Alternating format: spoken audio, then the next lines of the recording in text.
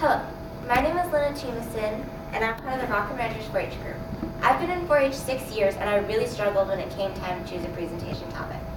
This last fall, I went to Quarter Horse Congress and heard about horse show abuse being battled. I did some research and was shocked at what I found. Most don't know it, but horse show abuse is being fought right under our noses. I'm going to be talking about 3 main ideas: soaring, lip chains, and tail blocking.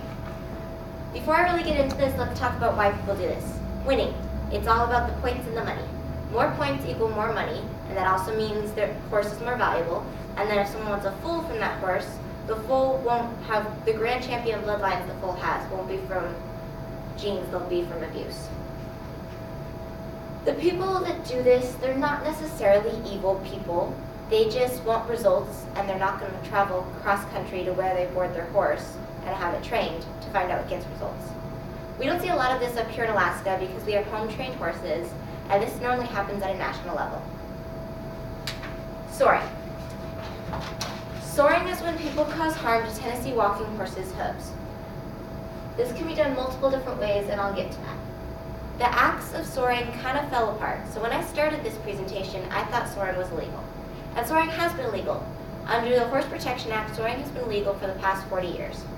But recently, the PAST Act needed to be passed by Congress. And they recently missed some deadlines, and all the hard work to make soaring illegal went down the drain.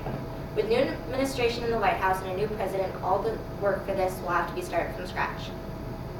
So there are multiple different ways to soar a horse, and one of the ways is chemicals. Chemicals like mustard oil or gasoline that you put in your car are wrapped around the coronet bands and the pasterns of the horse's legs. Then they're wrapped in like cloth and stuff to soak it into the leg. Another way is chains. Chains are wrapped around the coronet band, causing it to aggravate the skin. Another way is to clip the horse's hooves too short, or you can use stacks. Stacks are like pads that have a bunch of nails in them that apply pressure and weight. In this first picture, the horse is on stacks and chemicals are wrapped around its hooves. This is what is trying to be accomplished. They want the horse to jerk up its feet and push it back down, accentuating that it's a gaited horse. And the last picture is the stacks and how it has all the nails in them. Lip chains. Lip chains are pretty self-explanatory. It's a chain that goes under the lip. This chain pushes against the gum, causing pain for the horse. Lip chains are illegal by AQHA, but they used to be able to use a lip chain in all halter classes until 2008. In 2008, younger kids could use lip chains with stallions. Only stallions 1 year and older could be used with a lip chain.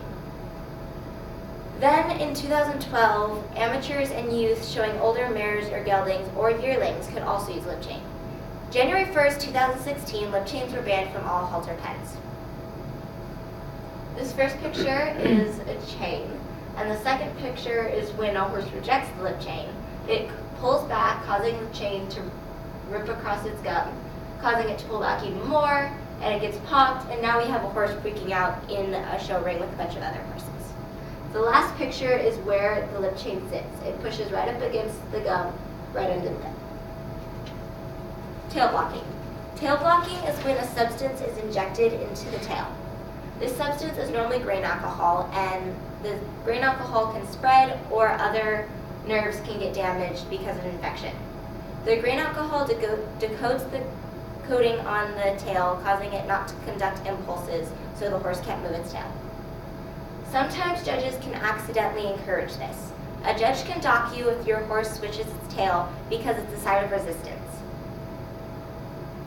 So, tail blocking is illegal in AQHA, but is still legal in the National Cow Horse Association, National Roping Cow Horse Association, and National Roping Horse Association. Gator was a horse that was tail blocked, and he spent a year in a veterinary clinic for it. This is Gator, and this is the scar he will always have. It goes from the base of his tail all the way down to his hock. Gator was a $22,000 horse. Then they spent $100 for a tail injection, and Gator had to have $16,000 spent on him for veterinary care. Gator will never show again because no judge will ever place him with the scar. He is sound, but he will forever be a pasture horse. In conclusion, This is a big problem with lots of in-between space on what is abuse and what is training tactics. The Tennessee Walking Horse Association has fallen apart trying to police soaring. The Tennessee Walking Horse Association was split between the differences, and now there are about 6 different Tennessee Walking Horse Associations. Reining and roping haven't really done much to try and curb training abuse, and they haven't made any official action. AQHA has made lots of great improvements in horse show abuse, but they've been forced to pick and choose their battles. For example, some people want to ban HYPP horses, or hyperkalemic paralysis, periodic paralysis horses, but others want to keep them for the giant muscle horses. These are the sources that I used. This is a big problem, and the trick is to not blow up the organization while trying to curb this. I would like to thank my dad for helping me edit this presentation, 4-H for giving me the opportunity to do this presentation, and all of you for listening to my presentation. Thank you. So, let me ask you a few questions here. Are the other breed associations catching up with AQHA as far as trying to or illegal some of these or ban them? A lot of other, it kind of depends. Like the roping associations really aren't doing anything for tail blocking. And then some associations are getting behind AQHA. AQHA is mostly making the big movements because it's such a big organization. Like the Tennessee Walking Horse Association, they can't do anything now. They can't put on shows anymore because they're not a big enough association and they're split so many different ways. What about like the paint horse or the Appaloosa horse? Do you know those? What are they doing? I know the organizations. I didn't do a lot of research into the different ones. I would assume that they would want to, but it's hard given what happens to some organizations and making sure that the organization doesn't fall apart. So if someone shows up and they find that they've done something like this, what is the punishment for them? It kind of varies.